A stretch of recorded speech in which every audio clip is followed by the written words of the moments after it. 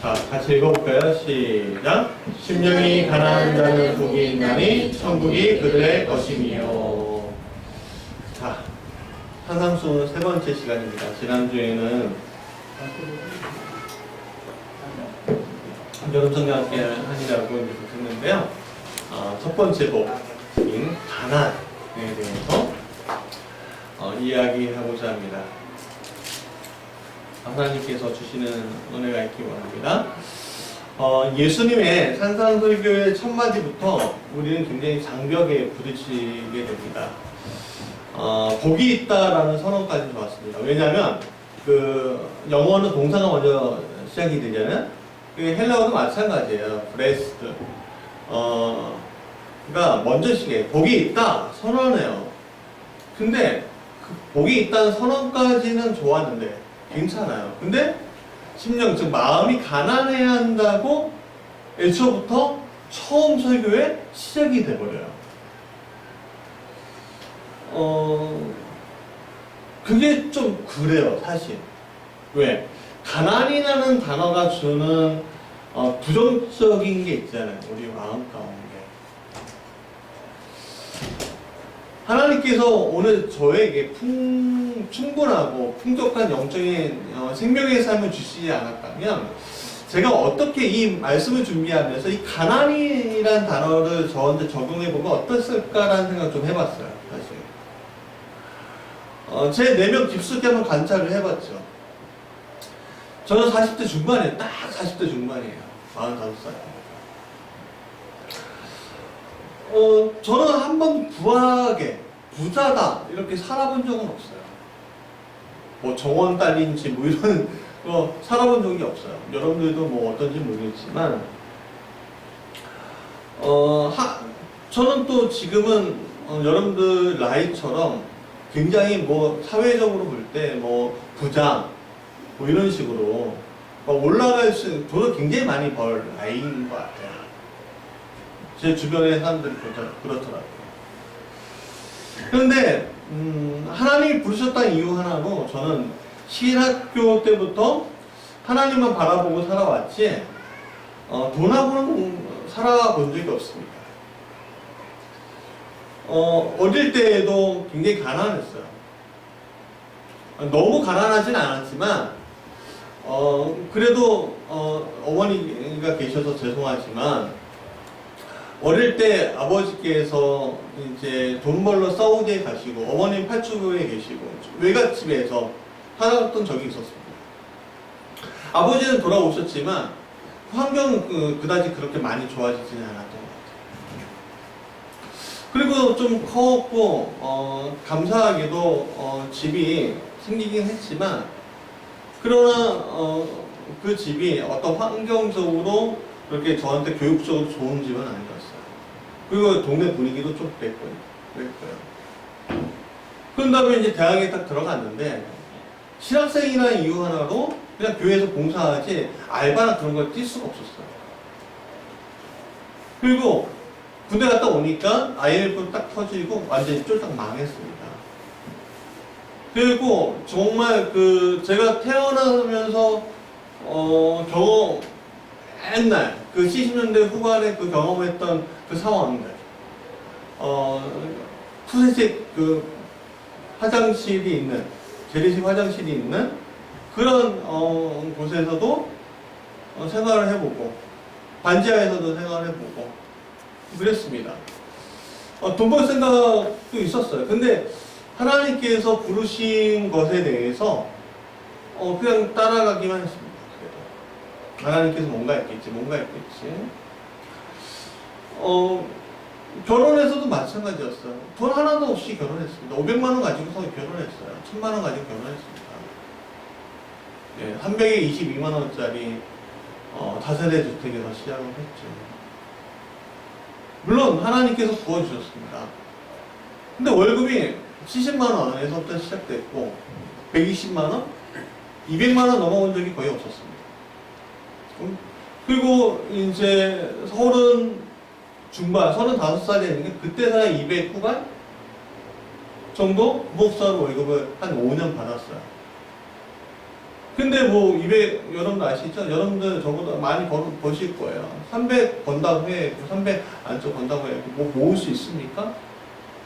뭐, 특히 부목사들은 더 헌신해야 된다는 이유 하나만으로 더 많은 헌신을 하게 되었습니다. 그리고 이제 개척을 다시 시작했죠. 저는 이게 두 번째 개척입니다. 한 번은 실업목 하자마자 35살에 개척하고, 아까 300은 이제 말하는 게 보면 38살 때 개척이거든요. 그게 한 5년이었습니다. 그리고 한 3년 또, 죄송한 얘기입니다. 이건 죄송한 얘기고, 해치된 얘기인데, 교회에서 사립이 못 받고 있습니다. 아이들, 개척하면서 아이들한테, 저도 뭐 양복이 그렇게 많지 않습니다.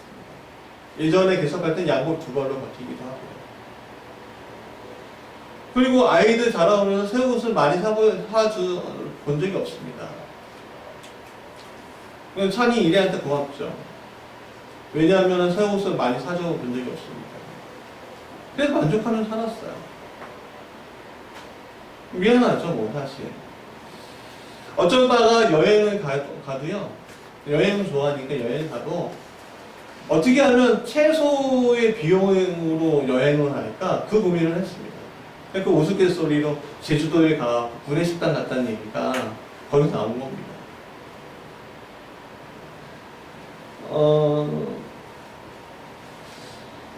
마음껏 사주지 못하는 남편, 마음껏 사주지 못하는 아빠, 마음껏 사주지 못하는, 사드리지 못하는 아들이었죠. 우리 부모님을 생각하니까 제가 가난하게 살아왔던 거에 대해서 미안한 감정들이 막 솟구쳐 올라오더라고요. 특히 2월 초에 아버지가 돌아가신 생각을 하면 더 미안하기도 합니다. 자식이 목회자의 길이 아니라 사회에서 나가서 돈을 벌고 부모님, 아내, 자녀들에게 좋은 집, 좋은 옷, 좋은 휴가지에서 마음껏 사주는 나였으면 어땠을까라는 생각이 들었습니다. 저하고 여러분들하고의 생각이 이런 것들이 같을 것 같아요, 사실. 아마 똑같이 공유하고 있을 겁니다. 가난이라는 단어가 주는 싫은 감정들이 이런 것입니다. 무능력함,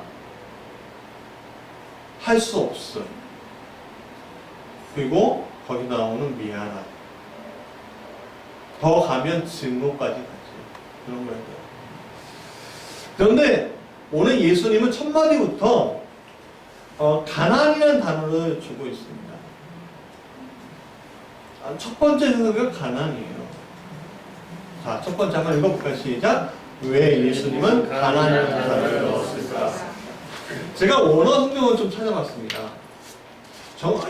왜냐하면 여러분 그 영어하고 원어하고 이렇게 단어들이 의미가 다른 경우들이 있잖아요. 굳이 가난이라는 단어 안 써도 되는데 이 단어를 넣는 경우가 있는데 그래서 혹시 다른 단어가 있는가 했더니 없어요. 진짜 가난이에요. 궁핍 이 단어예요. 왜 가난일까요?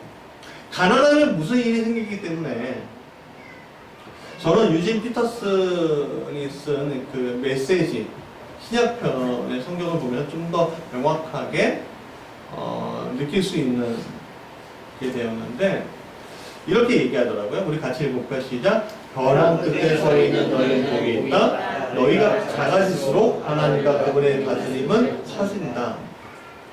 그러니까 오늘 예수님이 말한 가난은 벼랑 끝까지 간 상태 를 이야기한다는 거예요. 더 이상 아무것도 기대할 수 없는 상태, 더 이상 아무것도 기대할 수 없기에 지푸라기 하나에 모든 것을 의지해야만 하는 상태, 그 순간을 오늘 이야기하고 있다는 걸 알게 되었습니다.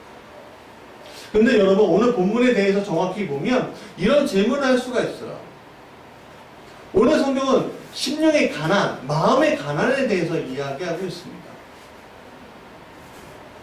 그러면 목사님, 즉 마음의 가난만 이야기하면 되는 거 아닙니까? 내가 그냥 풍성하게 살고, 그 돈 있고, 능력 있게 살고, 그냥 마음의 가난을 가지고 하나님만 만나면 되는 것이 아닙니까?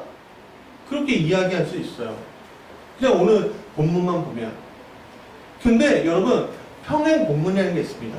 뭐냐면, 다른 복음서에 그 이야기가 나오는 게 있는데, 누가복음 6장 20절 한번 같이 읽어볼까요? 시작. 예수께서 너희 유다와 제자들에게 이르시되 너희 가난한 자는 복이 있나니 하나님의 나라가 너희 것이니요 라고 얘기합니다. 여기에서 이야기하는 가난은요, 육체의 가난을 이야기하는 겁니다. 즉 예수님이 이야기하는 것은 마음의 가난과 삶의 가난을 같이 포함하고 있음을 우리가 알아요. 마음의 가난과 삶의 가난. 여러분, 가난을 죄로 여기던 시절이 있었습니다.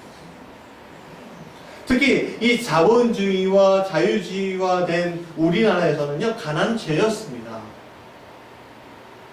그래서 우리가 유명한 말 알잖아요. 그쵸? 유전무죄, 무전무죄. 가난하게 억울한 일을 당해도 돌아오는 것은 무시한 능대고, 그렇기 때문에 너 억울하면 돈 벌어, 억울하면 올라와, 억울하면 뭐해, 그거였습니다. 그래서 중학교, 고등학교 때부터 경쟁에 갇혀서 우리는 살아왔어요. 야, 너 이쁜 여자 만나려면, 너 성공하려면, 너 뭐 하려면 너 공부해서 이겨야 되지 않겠어? 공부해. 그 경쟁에 내몰려고 어떻게 했냐면요, 우리 때는 선생님들이 막대기로 때려도 아무 못했습니다. 왜? 경쟁에서 진 거니까. 지지 말라고 하는 거니까. 그렇게 알아들었습니다. 사실. 그것도 아닌데요.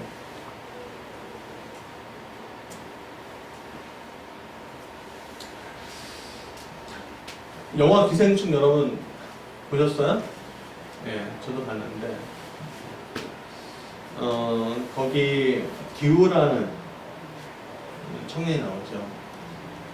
이렇게 얘기해. 아버지, 저는 돈을 아주 많이 벌기로 했어요. 맨 마지막에 나옵니다. 그렇죠? 마지막 나레이션에. 왜 그렇습니까? 아버지를 구출해주고 싶어서, 그 집을 사고 싶어서. 못 보신 분은 한번 보세요. 또 제가 굉장히 인상 깊게 본 게 있는데, 뭐냐면 영어가 교차하는 지점에 폭우가 막 쏟아져요. 막 쏟아지는데, 이제 그 고급 주택의 전원에 이제 그런 있잖아요. 뭐예요? 잔디 정화에 인디안 텐트가 딱 있어요. 거기에 아이가 거기에 있는데, 이 인디안 텐트가 있어도요, 그 폭우를 다 막아주는 거예요. 미제 인디안 텐트. 얼마나 좋은지. 그에 비해서 송강호 씨가 있는 집들은 어떻지? 반지하에 홍수를 막아주지 못하고 침수됩니다. 여러분, 이렇게 가난 정당화되지 않기에 우리는 끊임없이 돈을 벌려고 하고, 성공하려고 하고, 유리천장을 어떻게든 부수려고 하는 게 우리의 모습이 되어버렸어요. 저도 얼마 전까지 저희 교회에서 한 구석에서, 레인보우시 한 구석에서 시작했잖아요. 교회 개척하면서 집도 없이 시작했습니다. 그러다가 21평 팔단지 아파트 가고, 또 몇 개월 후에 하나님께서 25평의 설도 3단지 가게 하니까 좋더라고요, 사실. 우리 딸내미가 그렇게 얘기하더라고요. 아빠, 방 5칸짜리 집이 좋겠어요. 그렇게 얘기하더라고요. 왜냐면 오빠, 산이, 강이, 이렇게 방 하나씩 엄마, 아빠 다 5개 있는 집이 있으면 좋겠다. 뭐 이런 얘기를 하더라고요. 그것을 들으면서 가난이라는 게 이 아이의 마음 가운데도 있구나라는 생각이 들었습니다. 그럼에도 이렇게 주님, 저희들은 가난하고 싶지 않아요. 주님, 우리는 가난할 이유가 없잖아요. 근데 우리가 왜 실패자가 돼야 돼요? 근데 산상설교의 첫 마디가 가난이에요. 그리고선 예수님은 육체적인 것도 심령의 문제도 가난해야 복이 있다고 이야기합니다. 왜일까? 읽어볼까요? 시작. 비워지지 않으면 채워지지 않기 때문이다. 유진 피터슨 메시지 성경에서 5장 3절 같이 다시 읽어보겠습니다. 시작. 벼랑 끝에 서 있는 너희 복이 있다. 너희가 작아질수록 하나님과 그분의 가슴이 커진다. 누가복음 6장 20절 시작. 모든 것을 다 알기는 너희에게 복이 있다. 그때가 너희는 하나님 나라를 찾게 될 것이다. 오늘 우리는 끊임없이 채워지지 않으면 안 되는 시대에 와 있죠. 무엇인가 비어있으면 채워 넣어야 합니다. 채워 넣지 않으면 불안하고요. 왜 그럴까요? 상처가 있기 때문이에요. 우리한테 상처가 있기 때문에.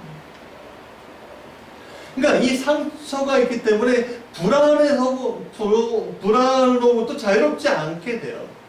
그러니까 우리가 어떤 걸로 변하냐면 욕망 덩어리로 바뀌는 거예요. 욕망. 그 욕망 덩어리로 살고 있는 것이 오늘 현대의 우리의 모습인 거예요. 나의 모습이 욕망 덩어리인 거예요. 여러분, 목사라고 다를 것 같습니까? 목사도요, 더 큰 교회, 더 나은 환경, 그런 데서 목회하고 싶다는 욕망이 얼마나 클지 아십니까? 할 수 없기 때문에 개척한다고 생각하는 사람이 굉장히 많아요. 부르심 때문에 목회해야 되는데 부르심이 아니라요, 비교하면서 살아가요. 목회자도 그런데 여러분들은 얼마나 그런 환경 속에서 살아왔을까 싶어요.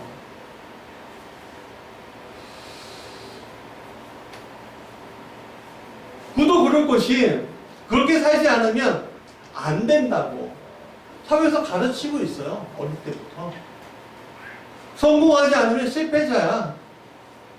너 임대 아파트 살고 있고 분양 아파트 살고 있으면 임대에서 분양 그 사이를 딱 가로막아요.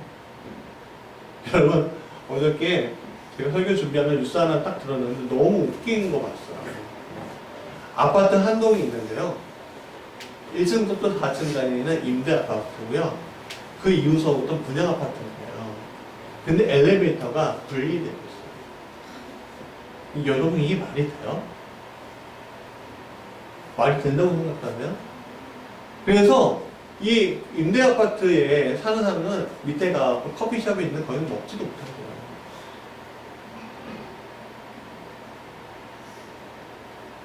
말도 안 되죠. 말도 안 되죠.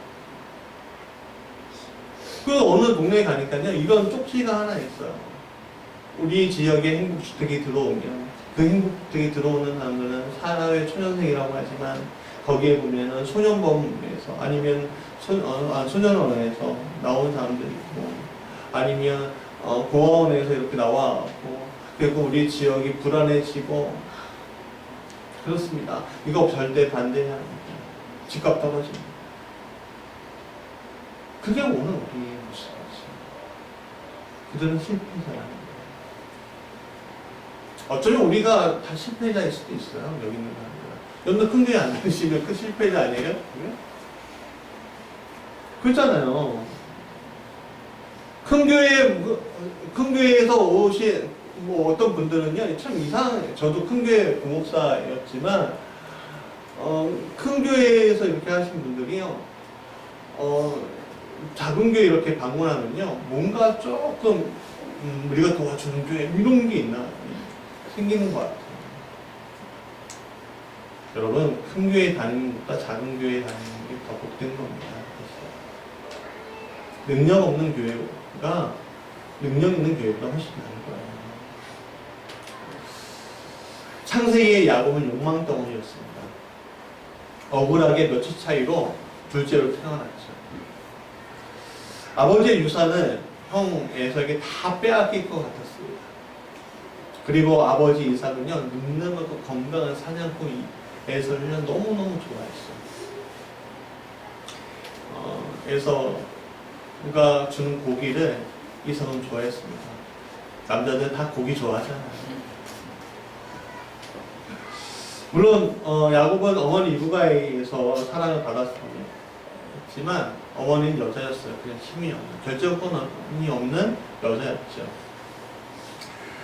그러니까 이 야곱에게 질투와 시기심은 점차 쌓여가는 것이 어쩌면 당연한 것이에요. 어느 날 사냥에서 돌아온 에서가 배가 고파서 팥죽을 달라 하니까요, 야곱이 거래를 합니다. 장자의 명분 안 주면 내가 안 줄 거야. 에서가 생각할 때 하죠. 집까지 끼고, 그래 줄게, 빨리 줘, 배고파. 그래 팔아버려요. 자신 있었던 거죠, 에서는 사실. 지금 판다고 해도 아버지 이삭이 바꿀 거예요? 그렇지 않겠죠. 한 주먹에 있다가 떨어지면서. 그러나 야곱은 그것을 받았다는 거에 대한 생각이 있었어요. 그런데 야곱에게 그것은 부족했습니다. 아버지의 축복이 필요했어요. 아버지의 선언이 필요했어요. 아버지의 물질을 받는 것이 중요했어요. 아버지의 축복이 에서에게 내려질 것 같으니까 어머니 리브가가 얼른 야곱을 데리고 가짜 에서를 만듭니다. 이삭은 늙어서 눈이 멀었어요. 죽을 날을 기다리고 있었습니다. 그리고 가짜 에서인 야곱을 축복했죠. 그리고 그걸 받아냅니다. 그것을 안 에서가 어떤 기분이었을까요? 굉장히 분노했습니다. 너 아버지 돌아가시면 죽었어. 너 저번에 팥죽 한 그릇으로 장자의 명분을 빼앗아 갔더니 너 내가 받은 유산을 다 가르치려고 그래? 리브가는 야곱을 피신시켜야만 했죠. 그가 그랬습니다. 그녀가 어떻게 한날에 두 아들을 다 이르리요. 야곱은 아무것도 없이 강야로 나가야만 했습니다. 도와주는 이 없이 홀로 가야만 했던 야곱. 모든 것이 사라진 야곱. 그게 야곱이었어요. 욕망 덩어리였지만 그 욕망은 허무하게 끝이 나버리고 말았습니다. 아무것도 없는 빈털터리 신세의 야곱. 장자의 명분은 얻었지만 그것은 자신이 예상했던 육체적인 복이 아니었어요. 밤이 되고 노숙하게 된 야곱은 얼마나 불안했겠습니까? 아까 전에 메시지에서 얘기했던 마태복음 5장 3절 벼랑 끝에 서 있었어요. 누가복음 6장 20절에 얘기했던 모든 것을 다 잃은 사람이었어요. 그게 사람이 바로 야곱이었어요. 근데 그때 하나님께서 그를 만나주셨어요. 하나님은 오늘 우리가 벼랑 끝에 서 있고 모든 것을 다 잃은 사람으로서 있을 때 우리가 진짜 다 모든 것을 비우게 될 때 진정한 가난을 경험하게 될 때 하나님은 그 선하신 목적을 이루기 위해서 나에게 다가오셔요.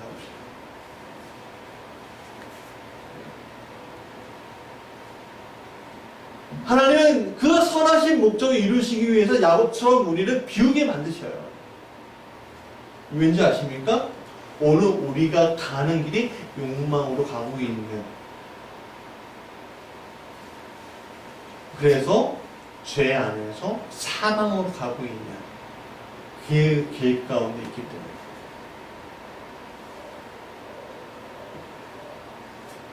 야곱은 다 비워진 상태였습니다. 그에게 의지할 곳은 하나님밖에 없는데, 사실 야곱 같은 영리한 사람은요, 하나님에 대한 존재를 부정하거나 크게 의식하지 않습니다. 왠지 아세요?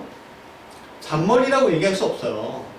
여러분, 똑똑한 것이, 똑똑한 거예요. 똑똑한 거. 똑똑한 사람들은요, 굳이 뭐 많이 하지 않아도요, 조금만 걸리면요, 저 같은 사람은 10개 할 거 2번, 3번만 하면 이러니까요. 능력이 있어요. 그냥 굳이 많이 하지 않아도, 무엇을 하지 않아도 되는 것이죠. 근데, 그래서 하나님이 사랑하는 사람들은 먼저 비워지게 만드는 겁니다. 여러분, 사도 바울도 다메섹 도상에서 예수님께서 찾아오셨을 때, 그에게 있었던 모든 학문과 모든 권력은요, 쓸모없게 만들어버렸어요. 그는 예수님을 통해서 모든 것이 비워지는 경험을 하게 되었습니다. 그래서 하나님께서 우리에게 들어오시기 위해서 우리가 우리 안에 있는 것들을 비워내는 과정들이 필요한 거예요. 왜냐하면 자꾸만 내 안에 뭔가 여지가 있으면요, 자꾸 하나님보다 그게 더 맞는 것 같아요. 그게 죄라는 것에 대한 영향력이에요. 무지 무서운 거죠. 그래서 어떤 하나님의 축복이 있으면요, 그것이요, 하나님께서 주시는, 복이 있으면 하나님께서 주신 복이 아니라 내가 어떤 우연이나 내 실력이나 어떤 여지에 의해서 만들어진 것이라고 착각해요. 내 팔자가 좋아서 된 거야. 하나님이 복 주신 게 아니라 내 팔자가, 내가 금손이잖아. 그런 생각을 하잖아요. 3절 같이, 세 번째 같이 읽어볼까요? 시작. 비워질 때 채워지는 하나님이다. 야곱이 그렇게 비워지니까요, 그때서야 아버지에게 말로만 듣던 하나님 나라가 보이게 된 거예요.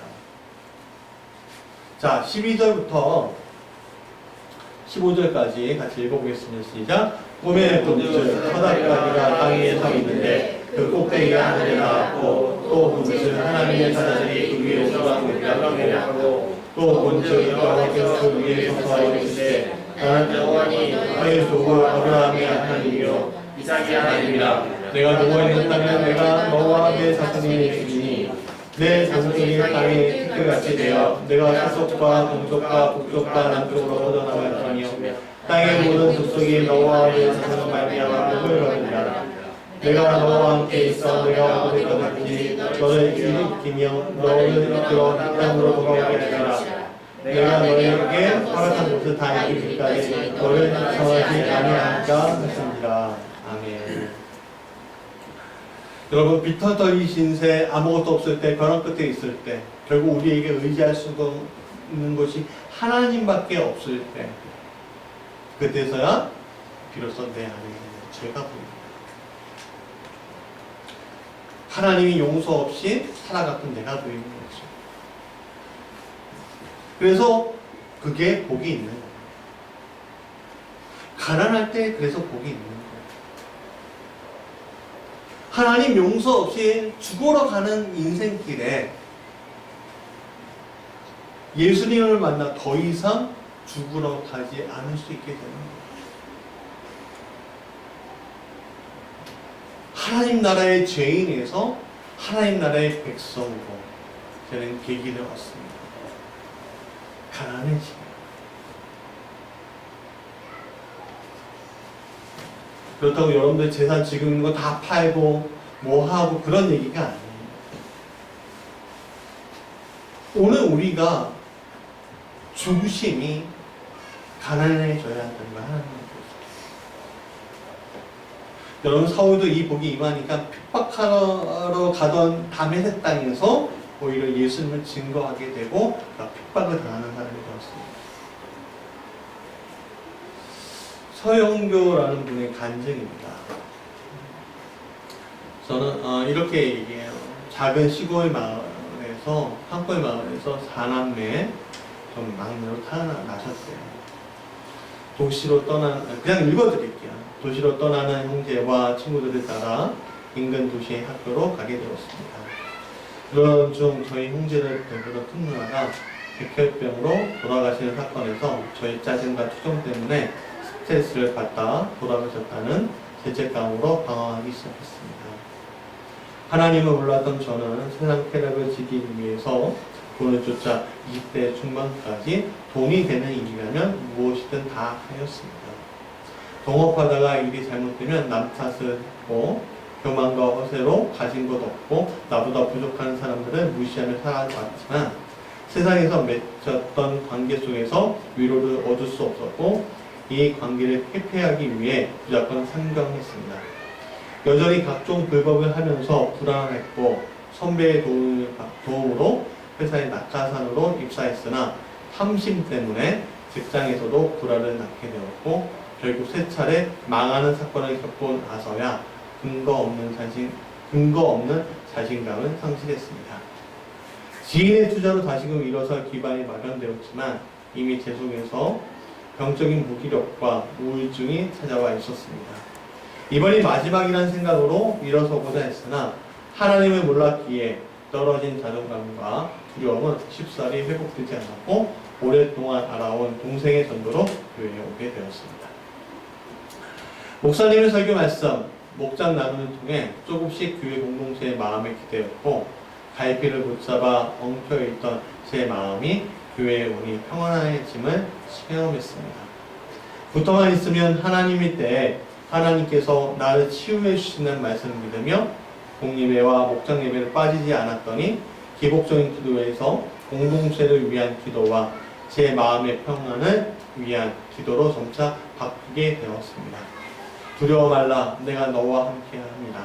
놀라지 말라, 내가 내 하나님이 됩니다.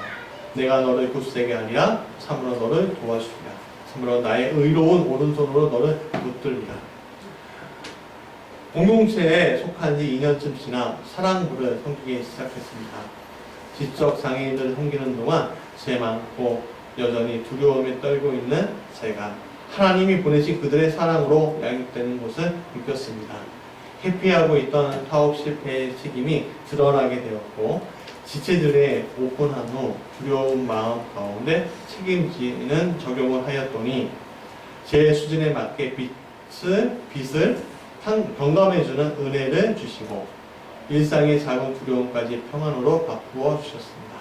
그리고 남의 말에 잘 신봉하지 못했던 제가 이타적인 마음을 조금씩 갖게 되었습니다.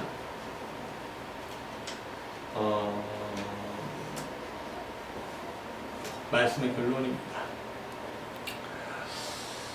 오늘 우리에게 필요한 것이 뭘까요? 세상의 풍요가 아닐까? 가난입니다. 더 채우기 위해서 탐욕스럽게 쫓아가는 것이 더 이상 우리의 것이 될 수 없습니다. 사탄이 우리를 죽이려고 유혹하는 것입니다. 그게 정답입니다. 그렇기 때문에 우리는요, 그것을 멈추고 가난을 선택해야 합니다. 가난해야 내 실력이 보이지 않습니다. 가난해야 겸손함이 보입니다. 겸손을 알게 됩니다. 가난해야 그동안 누렸던 것이 당연한 것이 아닌 것을 알게 됩니다. 가난해야 오늘이 왜 복인지 알게 되고 가난해야 하나님을 찾게 되는 것이지요. 사랑하는 여러분, 하나님 안에서 가난하십시오. 그러면 여러분에게 하나님은 놀라운 풍부함, 풍족함, 세상에 알 수 없는 것을 주십니다. 여러분들이 헌신하는 거, 시간의 헌신, 물질의 헌신, 세상적으로 더 투자할 수 있는 거 하나님께 투자하는 거, 세상적으로 더 벌 수 있는 거 하나님께 헌금하는 거, 그럼 여러분들이 가난으로 가는 길입니다. 어쩌면 왜? 남들보다 기회의 선택을 포기하는 거잖아요. 그럴 때 세상 사람들은 이렇게 얘기합니다. 야, 바보 같다. 그것으로, 그 돈으로 좀 더 모아서 더 좋은 집에, 아니면 재빨리 더 큰 집, 뭐 상원 빚을 상환할 수 있어 할 수도 있는데 정말 바보짓인가? 맞죠? 맞습니다. 여러분들의 기회가 이를 포기하는 겁니다. 그런데 세상 사람들은 모르는 것이 있습니다.